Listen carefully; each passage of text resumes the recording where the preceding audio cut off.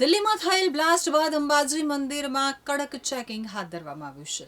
દિલ્હીમાં થયેલા કાર બ્લાસ્ટની ઘટના બાદ ગુજરાત પોલીસ પણ એલર્ટ થઈ ગઈ છે, જેને પગલે હવે ગુજરાત પોલીસ એક્શન મોડમાં આવી ગઈ છે.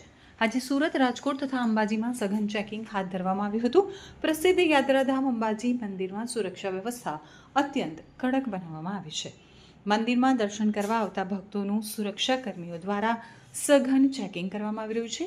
ખાસ કરીને શક્તિ દ્વાર ખાતે સુરક્ષાકર્મીઓ મેટલ ડિટેક્ટરનો ઉપયોગ કરી અને ઝીણવટભરી તપાસ કરી રહ્યા છે.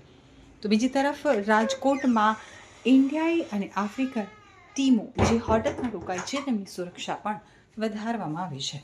દિલ્હી બ્લાસ્ટ બાદ બનાસકાંઠા પોલીસ એલર્ટ મોડમાં આવી ગઈ છે. દિલ્હી કંડલા નેશનલ હાઈવે ઉપર ખેમાણા ટોલ નાકા નજીક પોલીસ વાહનોનું સઘન ચેકિંગ કરી રહી છે. આ ઉપરાંત જિલ્લાની અન્ય બોર્ડર ઉપર પણ પોલીસે ઠેર ઠેર નાકાબંધી કરી ચેકિંગ શરૂ કરી છે.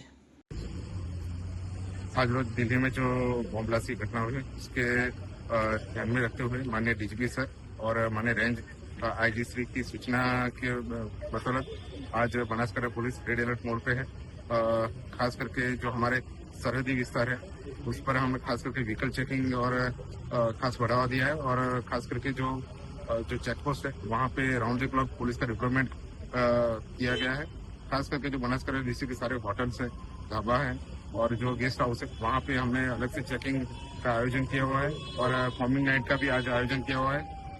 और इसके बदौलत आज जो खास करके बनासकांठा डिस्ट्रिक्ट में जो अंबाजी धाम है वहाँ पर हमने अलग से पीडीडी चेकिंग करवाई, जिससे करोड़ों जो माई भक्त वहाँ पे आ रहे हैं उसकी सुरक्षा को ध्यान में रखते हुए खास अलग से हमने पूरा ये डिप्लॉयमेंट किया हुआ है. बनासकांठा पुलिस हर बनासकांठा वासी के जो नागरिक है उन सबको ये मैसेज देना चाहती है कि आप कहीं भी कोई भी चीज़ डाउटफुल लगे या कोई शंकास्पद कोई मूवमेंट दिखाई दे तुरंत बनासकांठा पुलिस पर संपर्क कीजिए. बनासकांठा पुलिस आपकी सेवा में तत्पर है.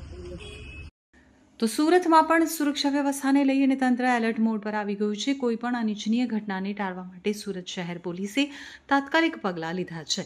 ગઈકાલ રાતથી જ સુરત રેલવે સ્ટેશન સહિત શહેરના સંવેદનશીલ વિસ્તારોમાં સઘન ચેકિંગ હાથ ધરવામાં આવ્યું છે. તો સુરત રેલવે સ્ટેશન જે હજારો મુસાફરોની અવરજવરનું મુખ્ય કેન્દ્ર છે ત્યાં પોલીસે સુરક્ષા વ્યવસ્થા વધુ મજબૂત બનાવી છે. રેલવે સ્ટેશન ઉપર મોટી સંખ્યામાં પોલીસ કાફલા સાથે ચેકિંગ કરવામાં આવી રહ્યું છે. પોલીસની અલગ અલગ ટીમો બનાવી અને સ્ટેશન પરિસરમાં કામગીરી વહેંચી દેવામાં આવી છે. મુસાફરોની બેગ, સામાન અને તેમના દસ્તાવેજોની ઝીણવટભરી તપાસ કરવામાં આવી રહી છે. સ્ટેશનના પાર્કિંગ એરિયામાં તેમજ પ્રવેશ દ્વાર ઉપર ગાડીઓનું સઘન ચેકિંગ કરવામાં આવ્યું છે, જેમાં દરેક શંકાસ્પદ વાહન ઉપર ચાંપતી નજર રાખવામાં આવી રહી છે. ગઈકાલે દિલ્હીમાં જે કારમાં બ્લાસ્ટ થયો તેના અનુસંધાનમાં આજે વહેલી સવારે સુરત રેલવે સ્ટેશન ખાતે એક્ઝિટ અને એન્ટ્રી ગેટ ઉપર પોલીસની અલગ અલગ ટીમો બનાવવામાં આવેલી છે.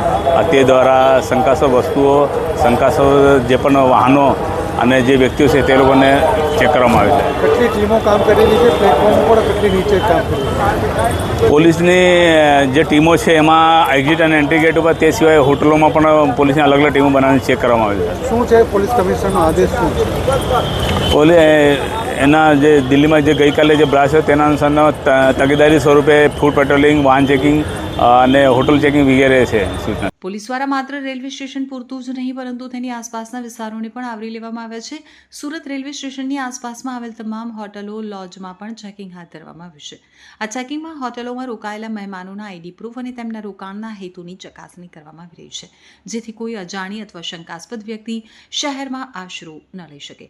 તો નર્મદા જિલ્લાના સ્ટેચ્યુ ઓફ યુનિટી અને નર્મદા ડેમ ખાતે પોલીસ સહિત અન્ય સલામતી દળોની સુરક્ષામાં વધારો કરી દેવામાં આવ્યો છે.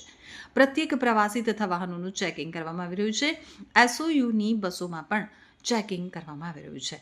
નર્મદા જિલ્લાની હાલની સ્થિતિની વાત કરીએ તો સ્ટેચ્યુ ઓફ યુનિટી ઉપર ભારત પર્વની ઉજવણી કરવામાં આવી રહ્યા છે. તો ભારત પર્વની ઉજવણીમાં રોજે રોજ અલગ અલગ રાજ્યોમાંથી મુખ્યમંત્રીઓ, રાજ્યપાલો તથા મંત્રીઓ સહિતના વીઆઈપી મહેમાનો આવી રહ્યા છે. ત્યારે સ્ટેચ્યુ ઓફ યુનિટી અને નર્મદા ડેમ સહિત આસપાસના વિસ્તારોમાં ડોગ સ્ક્વોડ દ્વારા સઘન ચેકિંગ હાથ ધરાઈ રહ્યું છે. નર્મદા જિલ્લો મહારાષ્ટ્રની બોર્ડરને અડીને આવેલો જિલ્લો છે. આગામી 15મી નવેમ્બરે વડાપ્રધાન નરેન્દ્ર મોદીનો ડેડિયાપાડા ખાતે એક મોટો કાર્યક્રમ પણ હોવાને લીધે અન્ય રાજ્યોમાંથી કોઈ ઘૂસણખોરી ન થાય તેને લઈને પણ પોલીસ દ્વારા સઘન વાહન ચેકિંગ હાથ ધરવામાં આવ્યું છે. પોલીસ દ્વારા ગઈ રાતથી જ આ સંપૂર્ણ કામગીરી હાથ ધરવામાં આવી છે. અત્યાર સુધીમાં શહેરને સુરક્ષિત ગણી શકાય તેવું ચિત્ર સામે આવ્યું છે. પોલીસ દ્વારા રાત દિવસ સતત પેટ્રોલિંગ અને ચેકિંગ દ્વારા શહેરમાં સુરક્ષાનું વાતાવરણ જાળવવામાં આવી રહ્યું છે. અત્યાર સુધીના સઘન ચેકિંગ દરમિયાન કોઈ પણ શંકાસ્પદ વસ્તુ કે વ્યક્તિ સામે આવી નથી, જે સુરત શહેર માટે રાહતની વાત છે.